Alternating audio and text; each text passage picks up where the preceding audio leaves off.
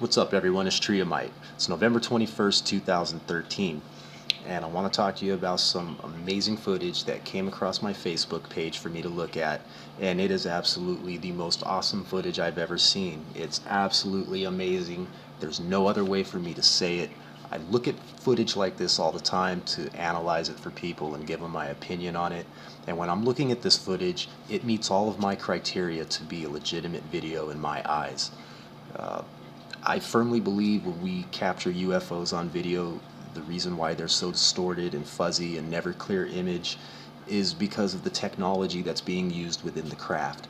It's either the gravitational engines are having an effect on our imagery, or they have specific technology that distorts the imagery so we can't get good imagery on it. When we see these crystal clear videos from third phase of the moon, all that CGI bullshit, it's all fake as hell to me, guys. Every video that I've ever recorded of a legitimate UFO sighting with my own eyes and then picked up the video camera always comes out a little bit distorted or fuzzy. Regardless of what I'm using, it's never perfect. So when I'm looking at this video, that part is meeting the criteria. Overall, the video meets the criteria. The quality of the video, the way that foreground objects are in focus and background objects are out of focus, and vice versa. It just meets all the criteria, guys. So I want to play it for you, and it's just a subject that's very near to me. I've witnessed this personally as it came over Arizona into New Mexico and Texas, and it entered in pieces. I did not witness a solid object enter and then break up. I witnessed pieces entering and then more pieces coming off of the pieces. And that's what I saw right here from my own backyard. So this subject to me is very near to my heart because it was the second space shuttle disaster that I witnessed live with my own eyes. I also witnessed the Challenger. So let me play this footage for you guys, and then I'm going to come back and analyze a little bit of it for you. But before the video starts to roll of the actual footage, there's a couple paragraphs in here that was tagged along with the footage that I want you guys to read. So I hope you enjoy it.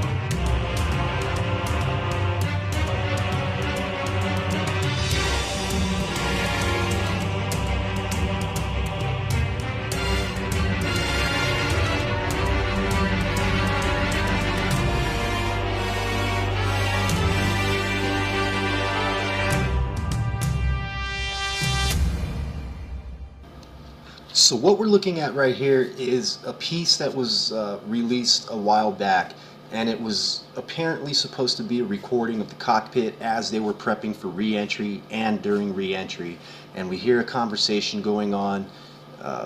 It really just kind of looked like a staged set type of thing. And I'm going to go ahead and roll a little bit of this because I'm going to show you one of the things in this video that was released that really caught my attention and made me just think that it was a piece of propaganda released to give a false opinion and to form the cover up for us. So let's roll this real quick. And I'm going to go back off. Yeah. Yeah. Good enough for me to see what check one of the thing. Now notice the guy with the camera. I want you to pay attention to the camera and the camera movements, and remember that they're prepping re-entry, and they're basically already on their trajectory to make the re-entry. So everybody's strapped in, everybody's buckled down, they're strapped in, all right? They're ready to pull those G's, and they're all prepared. So just keep that in mind. Can you pull a little bit more now, Laura? Yeah. Okay. Now look at his camera. In order for him to have made that shot, he would have had to have stood up out of his chair, or because they're in space still and they have 0 G's, he floated up, right? He just kind of nudged himself up and he floated up. There's no way he would have got that shot sitting in his chair, just sitting down. Even if he raised his arms up, I really don't think that he could have done that. But that's a lot of math going into that aspect right there. So I want you guys to keep that in mind, that this was staged. Okay, that's working. This was a staged event, guys. You see over my shoulder, Laura? I was feeling it doesn't show up nearly as much as the back. It's going pretty good now. Now remember, guys, they're having a crisis, okay? They're in space.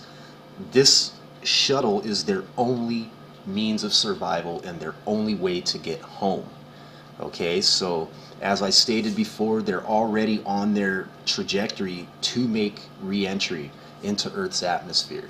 Everybody in that shuttle, according to protocol, is strapped in their seats and they're not getting out. Why is this guy just floating around the cabin like he's filming on a movie set? Like they're making sure that they give us specific shots, guys. And that's why I gotta call bullshit on this specific video, and I've always called bullshit on it. I've never believed it. But that's up for you guys to decide on that one. Shit's about to get very real, guys. Copy that. 797 here, you want 98? Lots clear. 7, go ahead. I'll tell you at 10 o'clock high.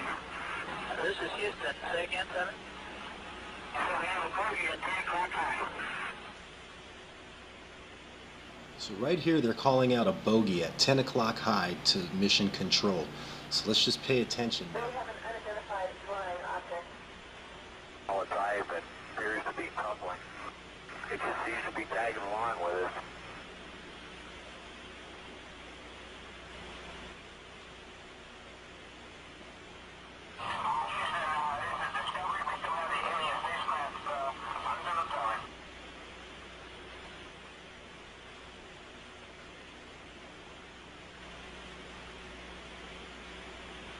Yeah, Houston, we got somebody out the front window with a pair of binoculars and a zoom lens. We're trying to get a pretty good idea on this thing. And we copy that.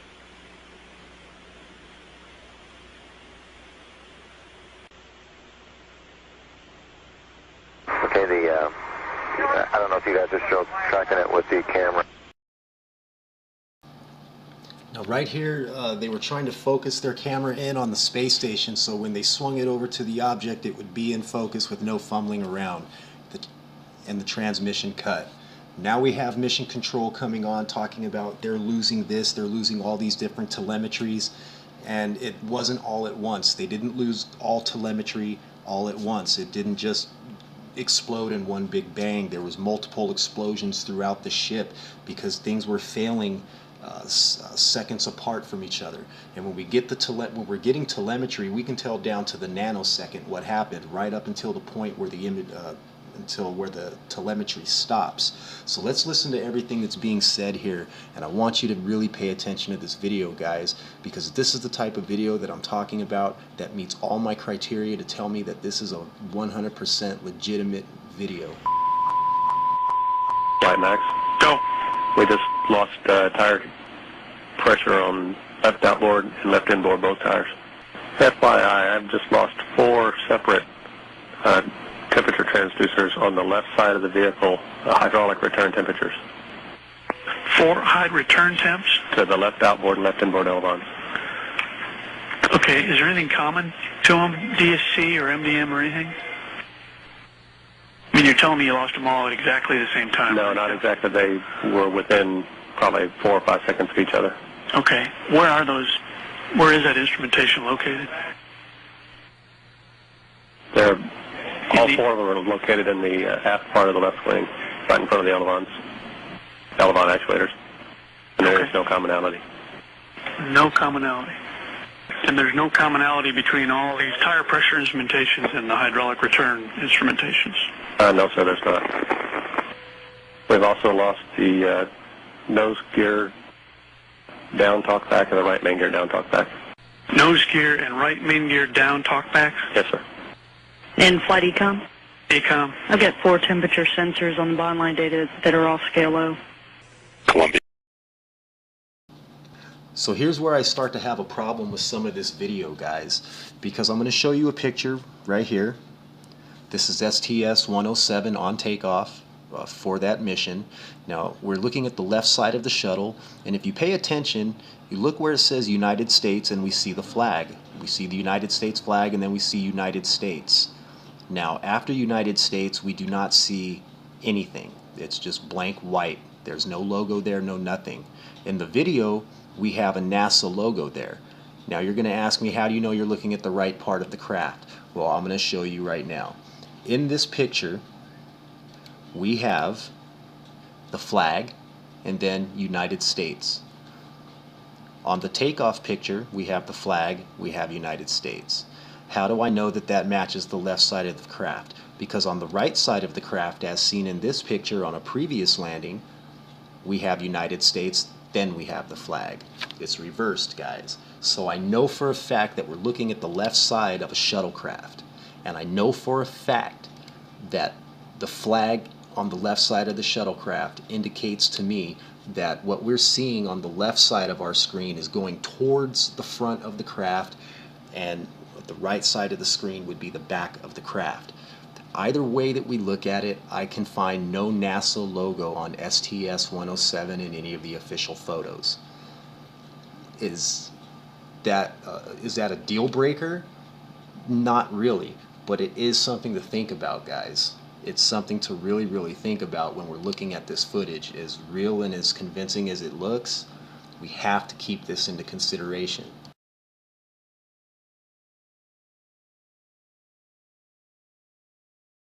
Houston, UHF comm check.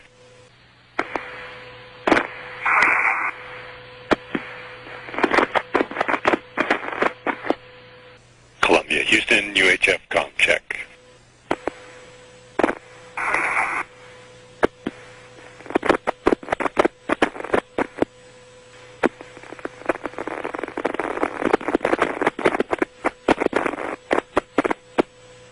Capcom Charlie Hobaugh calling Columbia on UHF frequency as it approaches the Merritt Island tracking station range in Florida. Communications with Columbia were lost at about 8 a.m. Central Time, about 10 minutes ago. This is Mission Control Houston. Any debris that is located in the vicinity of the north central Texas area that may be related to the shuttle contingency should be reported to local law enforcement, who will then report to NASA. It should be avoided. Debris could be potentially hazardous due to toxic substances that are used as propellants on the space shuttle. Flight controllers here are securing all information and notes and data pertinent to the scheduled descent and landing of the shuttle today as part of contingency procedures. Search and rescue teams in the Dallas-Fort Worth area UHF have been check. alerted.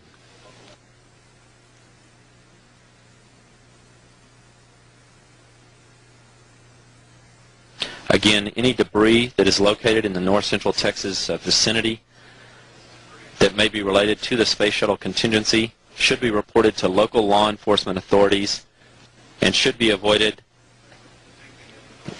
as it may be hazardous due to toxic substances that are used as propellants